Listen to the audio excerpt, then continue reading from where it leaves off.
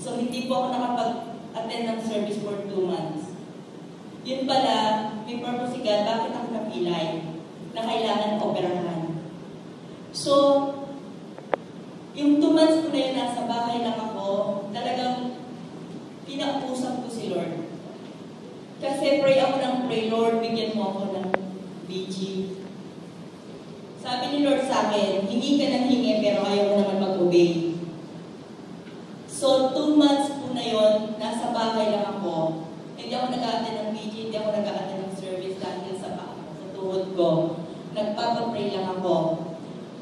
Alam niyo po ba, nung after that, talagang one-to-one, ano si Lord sa akin, sabi ko, Lord, I'll obey. Nung post, nag-commit ako kay Lord, ang ano po nangyari, yung tuhod ko na ma-ooperahan, hindi po siya na-operahan. Ito po siya dati, hindi ko ito mailakad, hindi ko maipagtod kasi may nagpunit na dipit.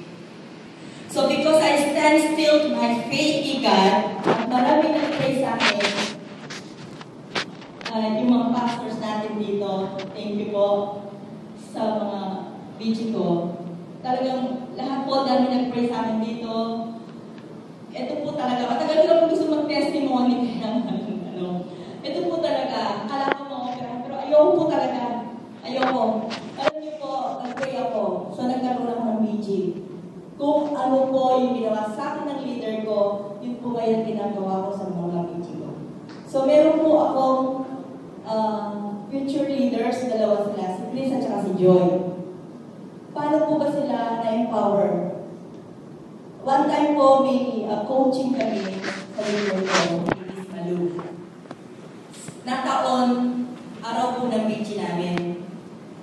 Sabi ko, Mother, sa kanya, hindi ako pwede mag-attend sa'yo kasi BG ko yun. Araw ng BG namin. Ay, hindi pwede. Sabi po niya sa akin, kailangan mo to. Iyan mo yung mga leaders mo dyan kasi yung pwede, hayaan mo sila. Sabi ko niya gano'n sa akin. Teka muna, pag-prayan ko muna yan, baka kasi hindi pa sila handa. Kailan sila maghahanda? Sabi ko niya sa akin.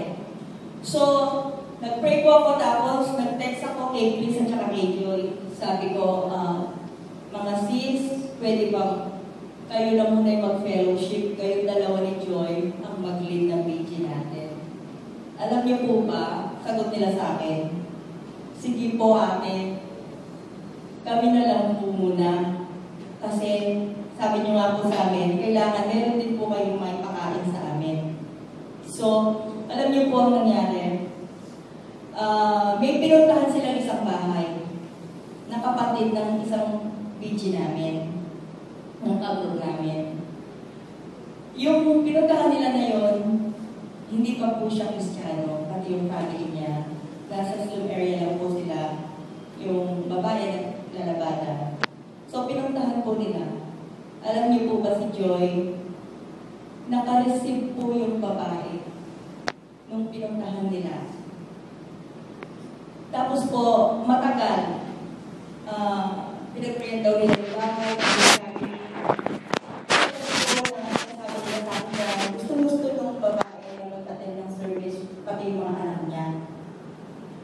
To cut the story short po, nung Sunday, tuwang-tuwa po si Joy. Kasi nga sabi niya sa akin, ate, meron na akong invite. Invite ko na si Ate Alma. Mag-church na siya. Sabi niya po gano'n sa akin. At the last minute po, nag-preach na si Pastor, nagte-textan pa sila dalawa. Alam niyo po ba, nung Sunday na yon, that woman, the Lord took her. Nasa kasahan po siya dyan, sa may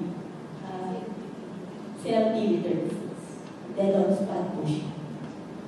Ano po yung naging, natin dito? Kinukwento po ng mga anak niya, masayang-masaya raw po siya kasi pupunta siya ng first time sa church. Nag-obey siya kay Lord. Nagpapasama siya sa mga anak niya, ayaw siya samahan. Siya po nagpaganda pa raw.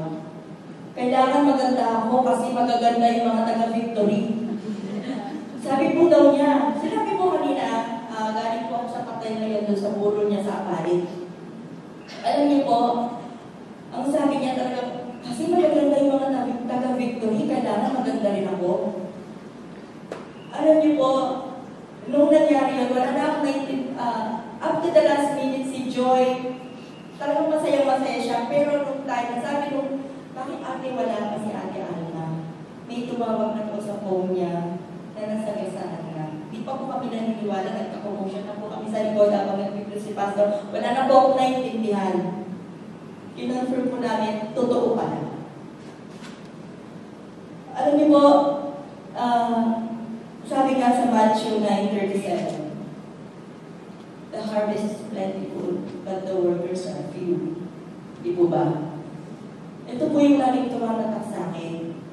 We ask God for the harvest every time. Pero, we know more po ba natin itong mga hinihingi natin?